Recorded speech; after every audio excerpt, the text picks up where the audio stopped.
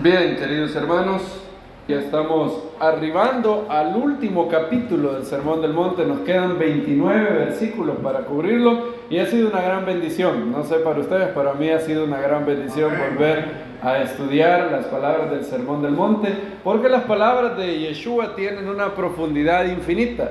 Son tan sencillas que pueden ser comprendidas por niños, pero son tan profundas que aún la persona que ha estudiado la Biblia por años puede siempre encontrar más para su vida, ¿sí o no? Y hoy estamos en Mateo capítulo 7 y creo yo que no sabía cómo titular esta enseñanza, pero bien pudiera ser el verso más malinterpretado de la Biblia o el verso más malinterpretado del Sermón del Monte, por lo menos. Si yo le preguntara qué versículo bíblico o cuántos versículos bíblicos ustedes han oído que es más malinterpretado en la sociedad actual, voy a hacer otra pregunta. ¿Cuál versículo de la Biblia es más malinterpretado por los no creyentes? Otra pregunta. ¿Cuál versículo de la Biblia se les viene y traten de recabar toda su experiencia de cuando alguien les ha citado un verso de la Biblia y ustedes se quedan, no, pero eso no es lo que dice eso no es lo que quiere decir ese versículo? ¿Cuál verso de la Biblia es el más malinterpretado, o los 5, digamos, o los 3 más malinterpretados por creyentes? Ya no por incrédulos, ya no por inconversos, sino por creyentes. ¿Cuál se les viene a la mente? Hay varios, ¿verdad? La carne es débil es uno de ellos. Ese es más por creyentes, ¿verdad? Por creyentes, porque es como la perfecta, o por lo menos el que dice ser creyente, es la perfecta excusa para alguien que ha pecado y no quiere reconocerlo. No quiere arrepentirse, no quiere confesar lo feo de lo que ha hecho y trata de minimizarlo un poco, como la carne es débil. Ahora, esconde una gran verdad, lo que Yeshua dijo, el espíritu está dispuesto, pero la carne es débil, lo dijo en un sentido, y en otro sentido también es cierto lo que dice este creyente. El problema es, y el discernimiento no es lo que nos permite diferenciar entre la verdad y la mentira. Discernimiento es la capacidad de diferenciar entre la verdad y la casi verdad. Y hay muchos de estos versículos que tienen mucho de verdad. Las malinterpretaciones que se hacen, tanto de verdad tienen que se puede torcer fácilmente. Ahora, mi candidato para uno, yo no sé si será el más malinterpretado, pero Mateo 7 es, a mi juicio, y oigan esa palabra que estoy usando, a mi juicio, este es el verso más malinterpretado, por lo menos del Sermón del Monte, si no de la Biblia, por creyentes y por no creyentes, por igual. Los dos lo malinterpretan así. Y es y se hace, esto no es muy viejo esto tiene poco menos de 200, 150 años, 100 años, que este verso se malinterpreta. Hace tiempo atrás no se malinterpretaba como se malinterpreta hoy. Este es como dicen por ahí, es parte del espíritu de nuestra era. El espíritu de nuestra era es la cultura que nos rodea. En la cultura que nos rodea, queridos hermanos, hay cosas que están ahí sin que uno sea consciente que están ahí. ¿Y cuántos de ustedes habrán oído este verso siendo citado? No puedes criticar a nadie porque ¿quién eres tú para juzgar? ¿Acaso no dijo Jesús? No juzguéis para que no seáis juzgados. Hay iglesias, de hecho, en donde si hay un llamado a vivir de manera santa, la persona que tiene ese llamado se le llama legalista, en inglés se le dice judgmental, una persona condenatoria, una persona que a cada rato juzga a los demás. Y esa palabra juzgar nuestra cultura es muy individualista, supremamente individualista. Esto es el fruto de 200 años de filosofía individualista en Occidente, que también nos llega a nosotros. Y hay una frase, de hecho es una canción de un famoso rapero, la canción se llama Only God Can Judge Me. Solo Dios puede juzgarme. ¿Han oído eso? También si ven los buses, van a ver varios buceros que ponen eso, ¿verdad? Solo Dios puede juzgarme. Me acuerdo un día, creo que fue el hermano Luigi que puso algo no sé si fue en Facebook, y decía, solo Dios puede juzgarme.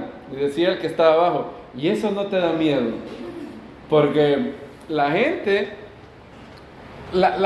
piensa que decir solo Dios puede juzgarme es como una manera de decir nadie me puede decir nada de lo que yo estoy haciendo. Nadie puede decirme absolutamente nada. Tienen que tolerarme. Es otra de las palabras que hoy en día pululan los aires. La tolerancia, tolerar. Hay que ser tolerantes, lo cual es cierto en el sentido bíblico, pero el problema es que esa palabra se ha mancillado, se ha torcido. Y este verso, no juzguéis para que no seáis juzgados, es el verso bíblico, a mi juicio, más malinterpretado. Si hay otro candidato puede ser, pero este debe estar en el top 5, top 10. Veámoslo. Hay un escritor que se llama Frank Turek, y también hay otro que se llama Gregory Koukl, y ellos dicen en un libro, esta es una verdad que hay muchos creyentes que les cuesta entenderla, y ellos dicen, esta es la verdad, no existen los versos bíblicos. Dicen ellos, no existen los versos bíblicos, y es cierto, los versículos, esos numeritos que usted tiene, cuando Mateo escribió, cuando el profeta Isaías escribió, no habían capítulos, no habían versículos. Eso se añadió hace poquito tiempo. Entonces, el que lo escribió no pretendía que usted aislara un verso del contexto y que torciera ese verso. Entonces, siempre que una persona intente venderle algo con la Biblia, siempre se tiene que revisar ¿qué cosa? El contexto. ¿Qué está diciendo? ¿Qué está antes? ¿Qué está después? ¿A quién fue escrito esto? ¿Quién está hablando? ¿Cuál es el sentido? ¿Qué quieren decir? Se aclara más lo que dice el verso 1 cuando uno sigue leyendo, y eso es precisamente lo que pasa aquí. Mateo capítulo 7 verso 1 dice, cuando lo tengan me dicen amén. Amén. No juzguéis para que no seáis juzgados, porque con el juicio con que juzgáis seréis juzgados, y con la medida con que medís os será medido. ¿Por qué miras la paja? Bueno, aquí viene lo que él quiere decir. ¿Por qué miras la paja que está en el ojo de tu hermano y no consideras la viga que está en tu ojo? ¿O cómo dirás a tu hermano, deja que saque la paja de tu ojo y de que la viga en tu propio ojo? Hipócrita, saca primero la viga de tu ojo y entonces verás bien para sacar la paja del ojo de tu hermano. No deis lo santo a los perros, ni echéis vuestras perlas a los cerdos, no sea que las pisoteen con sus patas, se vuelven y os despedacen. Bueno, solo el verso 6 podríamos hablar toda la hora para ver qué significa eso. No voy a cubrir el verso 6, lo que significa y lo que no significa. Bien, Mateo 7 dice, no juzguéis para que no seáis juzgados. ¿Significa eso que no podemos juzgar? Ese es el dilema, juzgar o no juzgar. Bien, hay un juicio que está prohibido, bueno, de hecho, sí, podríamos sintetizarlo en uno. Hay un juicio que está prohibido a todo discípulo de Yeshua. La palabra juzgar significa varias cosas, y el problema es que la gente confunde qué significan todas las cosas que se dice juzgar. Miren por ejemplo Juan capítulo 7. Aquí Yeshua dice no juzguéis, ¿verdad? Pareciera que Él está prohibiendo todo juicio. Él dice, no juzguen, no juzguen. Ahora, ¿alguien puede leer Juan 7:24, por favor? No juzguéis por apariencias, sino juzgad con justo juicio. No, oigan, no juzguéis con apariencias, sino juzgad con justo juicio. A menos que Yeshua hubiera tenido un desorden de personalidad, en Mateo Él dice, no juzguéis. Y aquí Él dice que juzgad con justo juicio. Eso pareciera una contradicción. Mateo 7 dice, no juzguéis. Y Juan dice, juzgad con justo juicio. ¿Cómo entendemos eso? Es más, Lucas capítulo 12, no piensen que solo es Mateo versus Juan, también Lucas tiene otro verso un poco curioso. Lucas capítulo 12, verso 57. Fíjense lo que dice Yeshua. Esta es la pregunta que Él hace.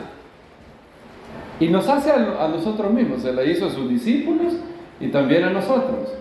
Miren lo que dice el verso 12:57. Es un verso chiquitito, pero poderoso. Lucas 12:57. ¿Alguien que lo lea, por favor? ¿Por qué no juzgáis vosotros mismos lo que es justo? ¿Por qué? Oigan, ¿por qué no juzgáis vosotros mismos lo que es justo? ¡Hey! Alguien dirá, pero este es el mismo hombre que me dijo no juzguéis, para que no sea juzgado. Y ahora me dice, ¿por qué no juzgáis vosotros con juicio justo? ¿Cómo es esto? ¿Se contradice la Biblia? No, no se contradice. La Biblia utiliza la palabra juzgar por lo menos en 3 sentidos. 3 sentidos en donde la palabra juicio se utiliza en la Biblia. El primer sentido es discernir entre lo verdadero y lo falso, entre lo prudente y lo imprudente, entre lo correcto y lo incorrecto, entre lo irracional y lo racional. En ese sentido, no solamente nos es permitido juzgar, se nos ordena juzgar. Es más, no podemos evitar este juicio. Todos los seres humanos, imagínense cómo sería nuestra vida, un día de su vida sin que ustedes hicieran un juicio entre lo verdadero y lo falso, entre lo correcto y lo incorrecto. ¿Cómo sería ese día? Sería un caos, porque cada uno de nosotros, en un día de 24 horas, ¿cuántos juicios tenemos que hacer? En juzgar, discernir entre lo correcto y lo incorrecto, entre lo verdadero y lo falso. Tenemos que hacer decenas de juicios, ¿verdad? Y la Biblia nos manda a discernir. De hecho, hay un don del Espíritu que es discernimiento de espíritus. Y esta palabra en griego, krino, puede significar juzgar o puede significar discernir. Y es un juicio que la mente hace. La mente juzga entre lo que es correcto y lo que no es correcto. Y la Biblia, en el mismo Mateo capítulo 7, Yeshua da por sentado que nosotros vamos a hacer esas evaluaciones. Por ejemplo, volvamos a Mateo capítulo 7. Mateo capítulo 7 nos dice que primero tengo que sacar la viga de mi ojo y luego voy a ver bien para sacar la paja del ojo de su hermano. ¿Ok? Para yo descubrir la paja en el ojo de mi hermano y la viga en mi ojo, ¿qué tengo que hacer? Un juicio, exacto. Tengo que discernir qué es lo que está mal en mí y qué es lo que está mal en mi hermano. Y para no juzgar hipócritamente, tengo que verme a mí primero. Pero eso implica que yo tengo que hacer un juicio, ¿verdad? Un juicio en este sentido, en el sentido de discernir. Entonces, el primer sentido, y vayan anotando porque la Biblia habla de juicio en 3 sentidos. Solo uno está prohibido. Los otros 2 no solamente están permitidos, son ordenados a los creyentes. Y en este sentido, Yeshua dijo, juzgar ¿con qué? Justo juicio. Y todos nosotros tenemos que juzgar en ese sentido. Tenemos que discernir la conducta que es aprobada por Dios y la conducta que no es aprobada por Dios. Imagínense un ser humano que no tuviera juicio moral. Sería, bueno, se le llama sociópata o psicópata. Algunos que tienen... Imagínense una persona que no entendiera la diferencia entre el bien y el mal, que no pudiera evaluar entre lo correcto y lo incorrecto. Sería un caos, ¿verdad? Y en el primer sentido, juicio como evaluación de diferenciación del bien y el mal, prudente e imprudente, racional o irracional, correcto e incorrecto, la Biblia nos dice que hay que juzgar. Incluso Pedro, en Primera de Pedro, capítulo 4, verso 7, también nos manda eso. Primera de Pedro 4, 7, nos manda que tengamos en inglés dice, be of sound judgment, pero el fin de todas las cosas está cerca. Sed pues sobrios y vigilantes en las oraciones. Yo no puedo ser vigilante y sobrio sin hacer un juicio. Juicio en el sentido positivo, evaluación. Si yo les digo matar, asesinar a un niño inocente en el vientre de la madre es correcto. Supongan que yo les digo eso. ¿Qué es lo que inmediatamente ustedes hacen en su mente? Un juicio. Ustedes dirían, no, eso no es así. No es correcto asesinar a una persona en el vientre de su madre. Ustedes hacen un juicio. Cada vez que ustedes dicen el comportamiento A es moralmente correcto y el comportamiento B es moralmente incorrecto, ¿qué están haciendo todos ustedes? Un juicio. Y la Biblia manda que hagan ese juicio. Nos manda que tengamos los sentidos ejercitados en el discernimiento del bien y el mal. Miren también Primera de Juan, donde precisamente eso se nos manda. Primera de Juan capítulo 2, 2:14. Os estoy escribiendo, hijitos, porque habéis conocido al Padre. Os estoy escribiendo, padres, porque habéis conocido al que es desde un principio. Os estoy escribiendo, jóvenes, porque sois fuertes. La palabra de Dios permanece en vosotros y habéis vencido al maligno. Ahora veamos Hebreos también. Hebreos aún es más claro. Hebreos 5, 13 al 14. ¿Alguien que lo lea, por favor? Todo aquel que participa de la leche es un experto en la palabra de justicia, porque es niño. Pero el alimento sólido es para los que han alcanzado madurez, para los que por el uso tienen los sentidos ejercitados en el discernimiento del bien y del mal. Claro, los sentidos que dice ejercitados, ¿en qué? En el discernimiento del bien y el mal. Bueno, esa palabra, discernimiento, bien se podría haber traducido ejercitados en el juicio entre el bien y el mal. Cuando Abraham Lincoln vio que la esclavitud era moralmente reprensible, ¿hizo qué? Un juicio. Cuando Martin Luther King Jr. vio todo lo que pasaba en los estados sureños y toda la discriminación, la segregación que tenían los afroamericanos, él hizo ¿qué? Un juicio. Él vio que esto era malo y por lo tanto lo otro era correcto. Y en ese sentido se nos ordena juzgar. Aquella persona que es madura, fíjense qué curioso, es el que es inexperto en la palabra, el que no puede juzgar bien entre el bien y el mal. No sabe mucho. Cuando yo me convertí, a mis escasos meses, yo no sabía mucho qué era correcto, qué no era incorrecto, más allá de lo que me decía mi propia conciencia. Entre más comencé a comer de la Biblia, los sentidos, ¿qué dice la Biblia? Ejercitan en el discernimiento del bien y el mal. Bien, también hay un segundo juicio que es ordenado en la Biblia, que no es malo, que no está prohibido. Es el juicio en el sentido, valga la redundancia, judicial. Y la Biblia ordena en el Estado.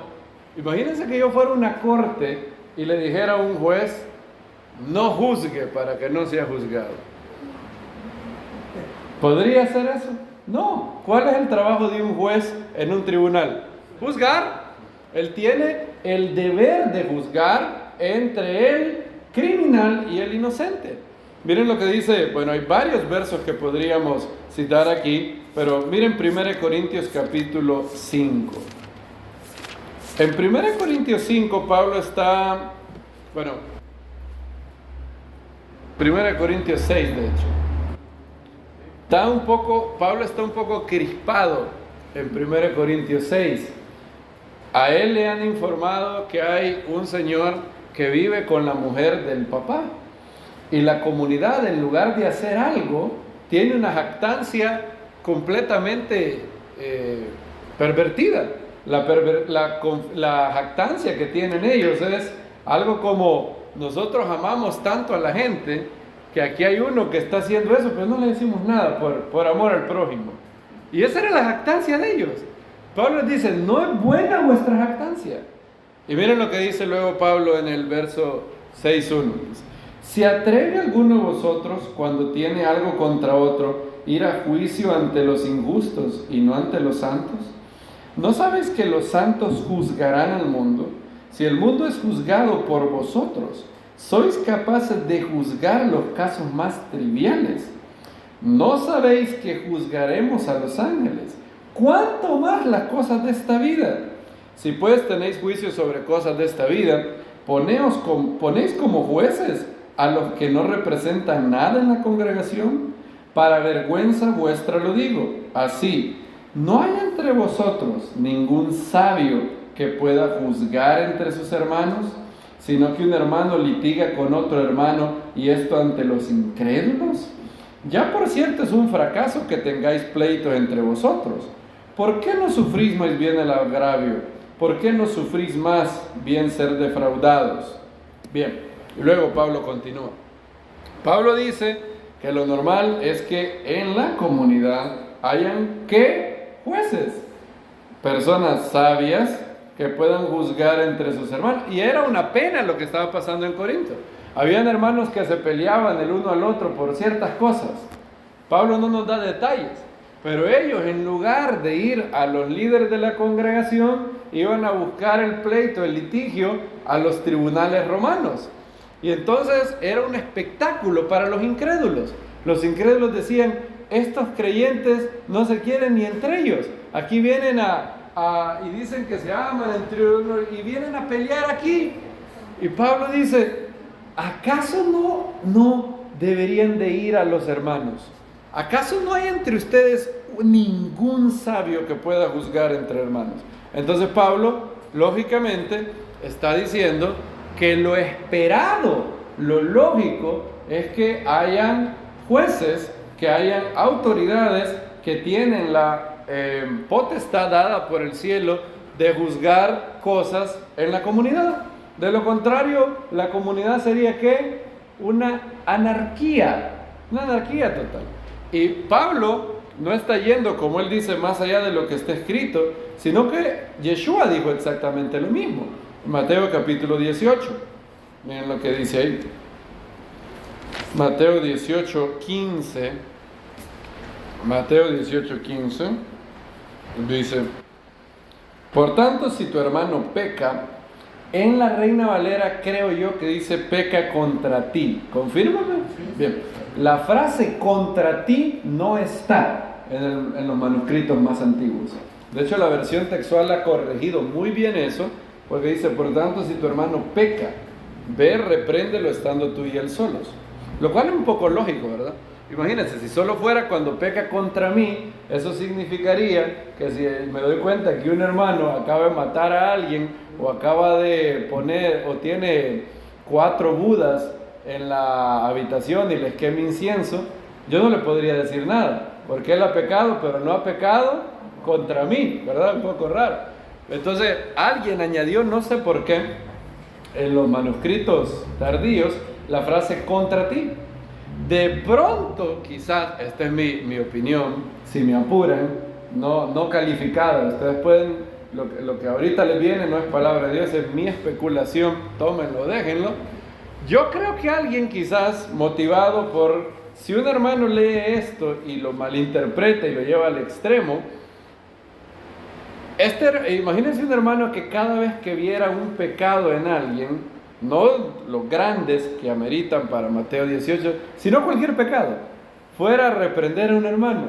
Sería horrible eso. Imagínense que cada vez que ustedes hicieran algo malo, yo lo reprendiera. Fuera algo terrible. Viviéramos en constante crítica el uno al otro. Mateo 18 aplica, Daniel Lancaster lo dice muy bien, el llamado proceso de Mateo 18 aplica para faltas graves. Eso es muy importante señalar, porque este capítulo se ha malinterpretado también. Hay personas que han usado, hay muchas iglesias que han utilizado Mateo 18 para sacar de iglesias a hermanos que no han cometido ninguna falta grave, y lo han hecho basado en materia de doctrina en un punto no esencial de la fe. Y eso es terriblemente injusto. No hay licencia de la Biblia, de Yeshua, para que una autoridad congregacional haga eso. La falta tiene que ser una falta grave. Sigamos. Por lo tanto, si tu hermano peca, ve, repréndelo estando tú y él solos. Si te escucha, habrás ganado a tu hermano. Esto muestra que el pecado era grave, ¿verdad? Porque dice, habrá ganado a tu hermano. Es como que el hermano estaba en peligro de perderse por su pecado. Entonces no era un pecado con el cual un hombre incluso espiritual batalla frecuentemente o de día a día. No. Aquí está hablando de una falta reprensible, algo que sea grave. Pero si no escucha, toma contigo a 1 o a 2, para que por boca de 2 o 3 testigos quede firme toda palabra. Y si lo desoye, dilo a la congregación. Ahora, este verso se ha interpretado como si después de decirlo a 2 o 3 testigos, la gente tiene que decirlo a toda la congregación, a la asamblea. Hay varias palabras en hebreo, pero me voy a limitar a 2. Hay 2 palabras en hebreo, kahal, y el otro es edá. Kahal más frecuentemente significa toda la congregación de Israel. La palabra edá también significa congregación. Se puede utilizar en los 2 términos. Pero más frecuentemente la palabra edá se utiliza para describir a la congregación de los jueces, los líderes. Y eso en los Salmos está claramente eso también. Entonces, cuando la Biblia habla de si los desoye a ellos, dilo a la congregación, no está hablando de toda la asamblea. Si una congregación tiene 100 personas, no es que alguien se va a parar en el púlpito y lo va a decir a las 100 personas. Congregación, en el contexto del verso 17, se refiere a los líderes, a los jueces de la congregación, que pueden ser 2 o 3 o más. Lo que en hebreo se llama Bet Din, casa de juicio. ¿Cómo lo sabemos? Está inmediatamente después. Miren lo que dice: si desoye a ellos, dilo a la congregación. Si desoye a la congregación, entonces sea para ti como el gentil y el publicano, una persona con el cual no tienes comunión. De cierto os digo, todo cuanto atéis en la tierra habrá sido atada en los cielos, y todo cuanto desatéis en la tierra habrá sido desatado en los cielos. Otra vez os digo, si 2 de vosotros, y aquí está hablando de los jueces, los líderes de la congregación, si 2 de vosotros se ponen de acuerdo en la tierra acerca de cualquier cosa que pidan, les será hecho por mi Padre que está en los cielos. Este verso se ha utilizado en el contexto de la oración, pero eso no es el contexto, ¿verdad? El contexto no viene hablando de la oración, el contexto viene hablando de un proceso eclesiástico, entre comillas, si podemos usar esa palabra, un proceso judicial de una persona que ha cometido algo grave y está en un estado impenitente, no se arrepiente. ¿Lo busca alguien?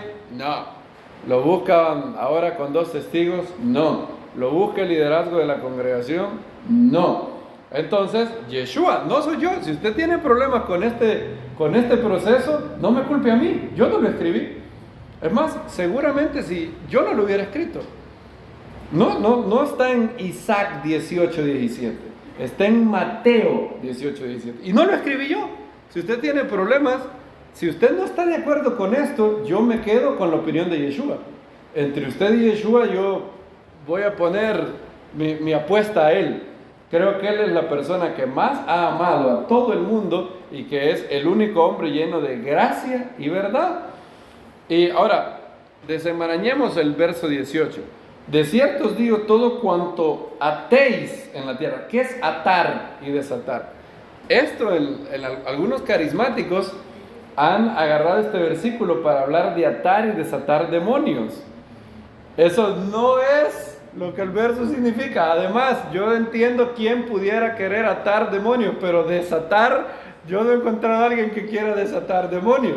Esto no tiene nada que ver con eso. ¿Qué significa atar y desatar? Aquí, como en muchas partes de la Biblia, es necesario conocer el trasfondo judío, la cuna judía de los evangelios. ¿Qué significa en la literatura rabínica? ¿Qué significa en el pueblo judío cuando un rabino o un grupo de rabinos atan y desatan? Atar significa prohibir. Desatar significa permitir, ¿verdad? Eso es, si algo está atado, y esta frase aparece en múltiples ocasiones en el Talmud, muchas veces. Y cuando los rabinos habían prohibido algo, se dice que lo ataron. Cuando lo permitieron, se dice que lo desataron. Y gracias al Eterno, en el verso 19, Yeshua todavía es más claro. Otra vez os digo, si dos de vosotros se ponen de acuerdo, ¿en qué? Este verso se utiliza para la oración. Y en un sentido está bien. Es decir, la oración del justo puede mucho. Y hay mucho poder en la oración congregacional. Claro que sí. Amén. Claro que sí. Pero el verso en su contexto no significa eso. El verso, lo que fluye naturalmente de los versos que vienen, lo que significa es, si los dos líderes, fíjense que utiliza la palabra dos, es lo mínimo. Si dos de vosotros se ponen de acuerdo en la tierra acerca de cualquier cosa que pidan, les será hecho por mi Padre que está en los cielos. Creo que es Matthew Henry el que dice, ¿por qué nuestro Señor escogió el número 2? Y él dice, para decir que no importa lo pequeña que pueda ser una congregación. No importa lo pequeña que sea una congregación, el maestro, el Señor, respalda la decisión de dos líderes que juzgan bíblicamente a alguien. Eso tiene mucha lógica, ¿verdad? Dos jueces en una congregación es lo mínimo. Es una congregación muy pequeña. Otra congregación puede tener más ancianos. De hecho, dice ahí en las cartas de Pablo. Noten que en la cosmovisión judía nunca hay un papa, ¿verdad? Siempre hay un grupo de ancianos. Y eso así en el judaísmo es así. Solo hay uno que puede juzgar solo, Dios. Todos los demás necesitamos de la opinión, del consenso, del punto de vista de los demás. Porque el otro puede haber notado algo que yo no noté. O si solo fuera una persona, las personas pudieran tener la tentación de decir, quizás esta persona juzgó así debido a que tenía alguna revancha personal con la otra persona. Pero si son 2, 3 o más, entonces esa habladuría pierde un poco de fuerza. Y es bien claro en la Biblia, aquí imagínense, la Biblia dice, si te desoye a ti, séate como el gentil y el publicano. En otras palabras, es una persona con la que no tienes comunión, no tienes el mismo nivel de cercanía, de comunión en el espíritu que tienes con otra persona. Eso está en 2 Tesalonicenses también. Miren cómo Pablo lo dice, y luego podemos transicionar perfectamente al tercer juicio que está, ese sí es el que está prohibido en la Biblia. Llevamos 2 juicios que no están prohibidos en la Biblia. Todo lo contrario, están ordenados en la Biblia. Punto número 1, juicio en el sentido de discernimiento. evaluación entre el bien y el mal. Se nos manda que hagamos ese juicio una y otra vez. Número 2, en el aspecto judicial, Dios ha dejado a autoridades en el gobierno, en el hogar, en la congregación, y Él les ha dado el respaldo. ¿Cuándo juzgan según la Biblia? Cuando juzgan según la Biblia. No es que mañana Jaime, Josué y yo nos ponemos de acuerdo y decimos, bueno, yo quiero poner una imagen de la Virgen de Guadalupe aquí para hacerle la novena. Y yo voy a venir y les voy a decir, hermanos, como está escrito que si 2 o 3 están de acuerdo, con ellos 2 estamos de acuerdo. Entonces ya está respaldado por los cielos. Así lo interpretó el Vaticano. Esa es la interpretación del Vaticano. Que si el Vaticano, si el magisterio dice algo, no importa la incoherencia que sea, todo el mundo tiene que someterse porque ya nos pusimos de acuerdo. Eso no es así. La Biblia dice que el respaldo de Yeshua está cuando 2 o 3 se ponen de acuerdo en algo bíblicamente. Exacto. No más allá de lo que está escrito. No sin respaldo de la Biblia propiamente interpretada.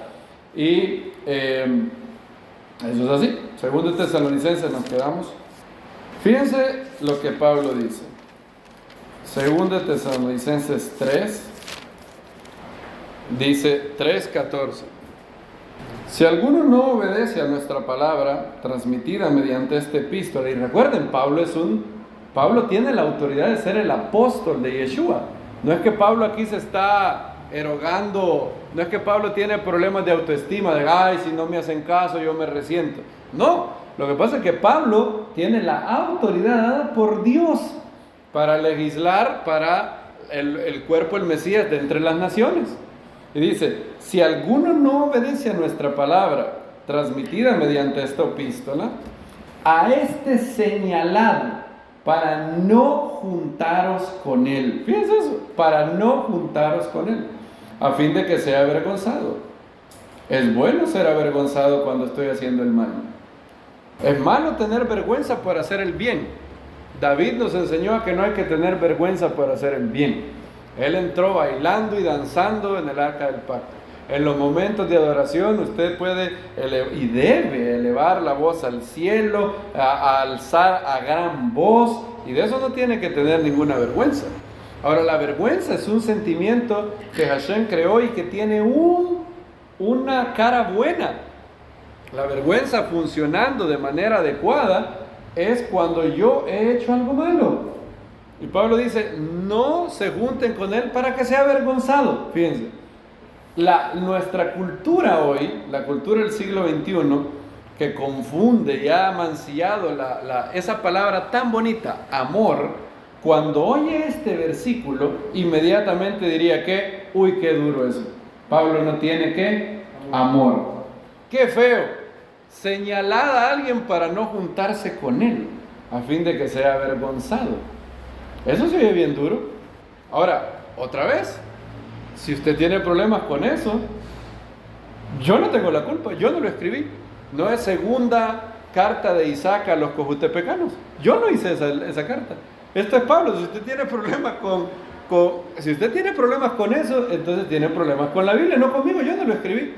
Ahora, miren lo que dice Pablo. Tiene un gran pero, lo cual nos informa el espíritu que debe de haber detrás de la persona.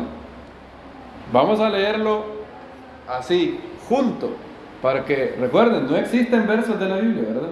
Todo esto fue escrito para leerse de corrido. Pablo no puso el verso 15 después de la palabra avergonzado, viene de corrido.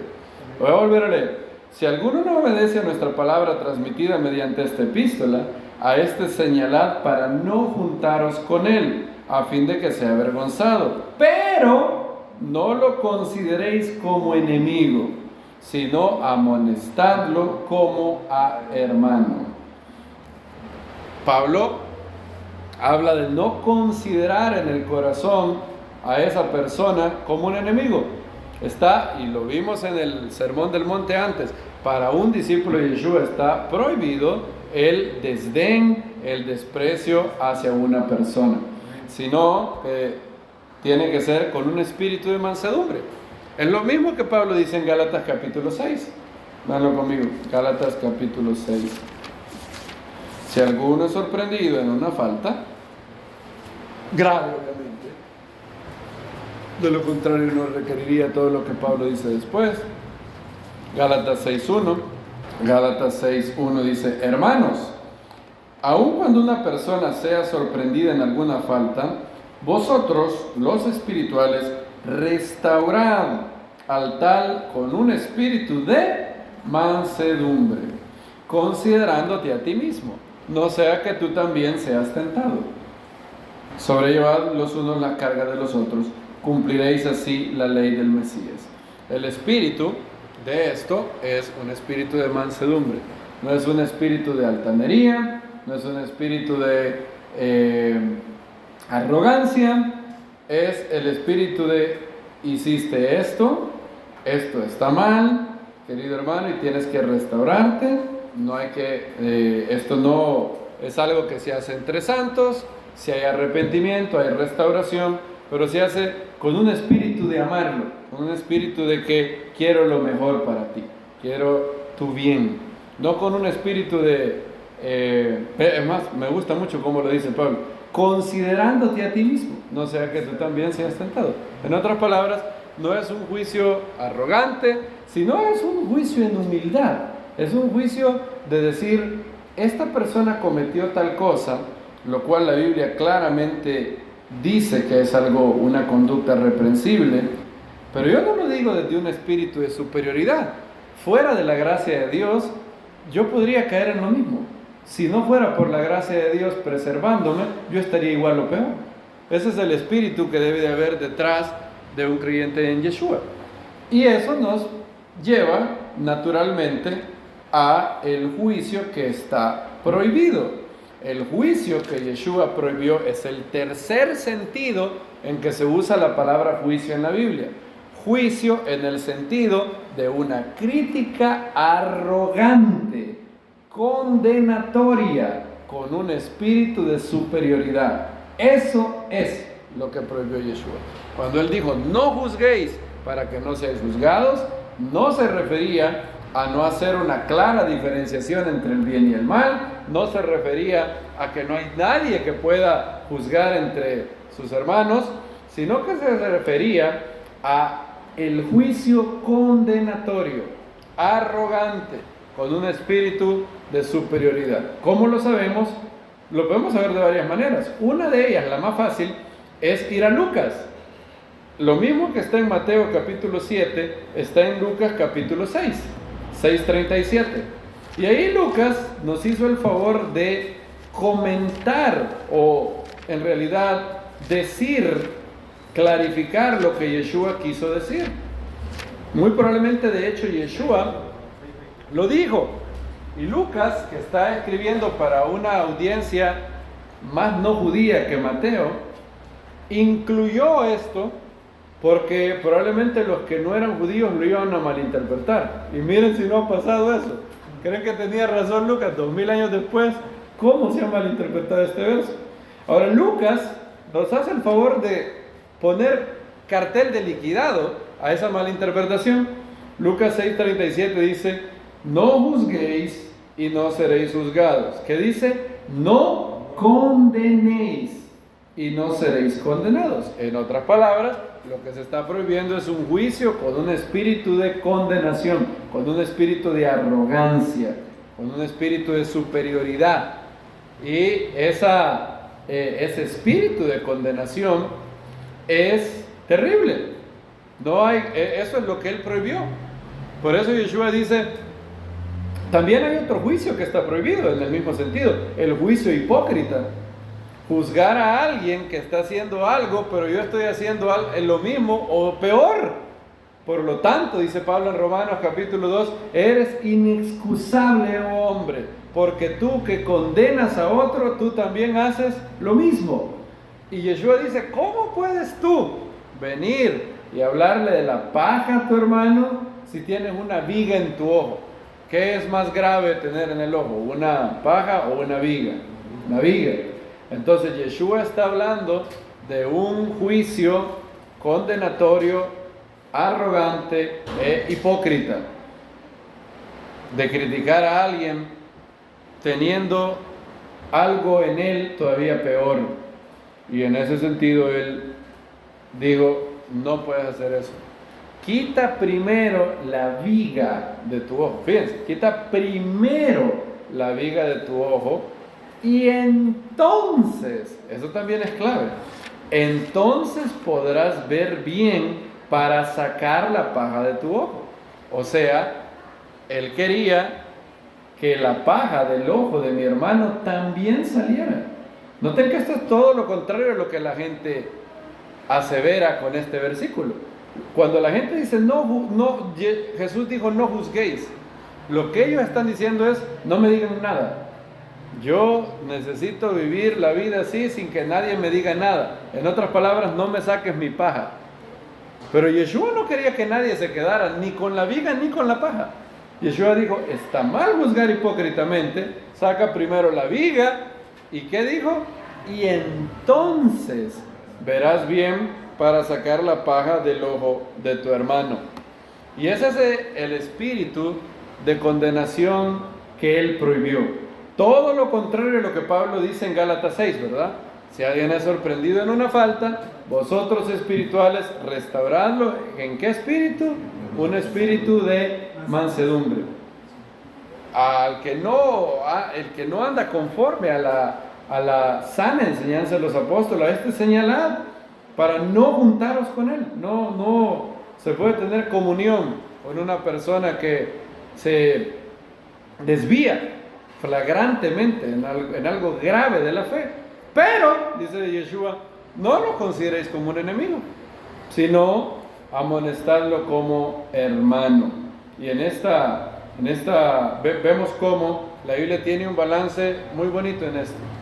La Biblia nos informa que tenemos que ser justos en nuestro juicio. Juzgad con juicio justo, juzgad con juicio recto. También Yeshua dijo, ¿por qué no juzgáis vosotros lo que es justo?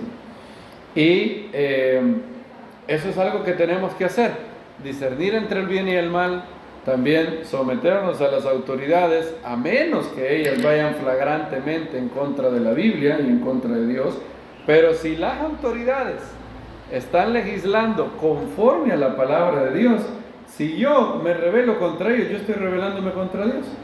Si la autoridad ha dispuesto que en El Salvador es peligroso ir más allá de 80 kilómetros por hora, si yo voy a 140 kilómetros por hora, me detiene el policía y me pone una esquela, yo, siendo contestatario, siendo respondón, no estoy siendo rebelde contra el policía, estoy siendo rebelde ¿contra quién? Contra Dios. Porque Dios le dio la potestad a los gobiernos de poner las leyes que son mejores para que los ciudadanos no se dañen.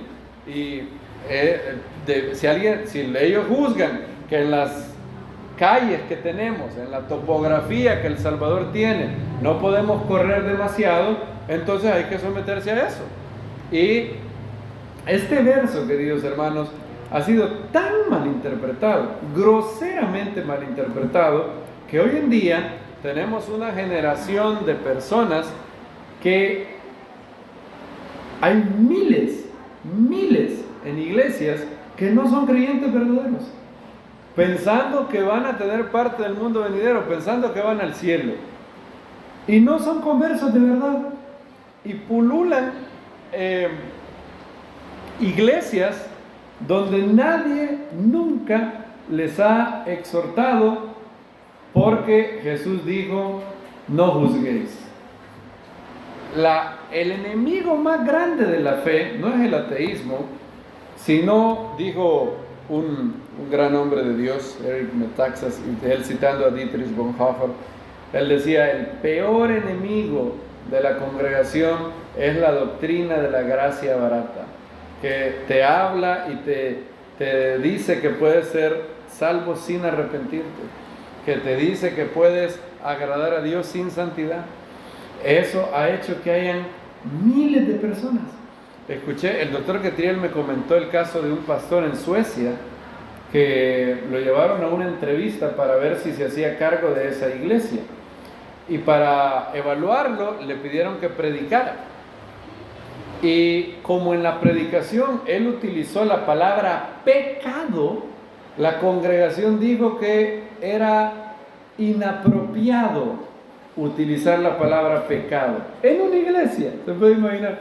O sea, ellos querían que llegara y les hablara de autoayuda, personal development, algo así, como que fuera un coach, como que fuera un animador, como que fuera una persona que le han pagado para que le diga a las personas lo que quieren oír.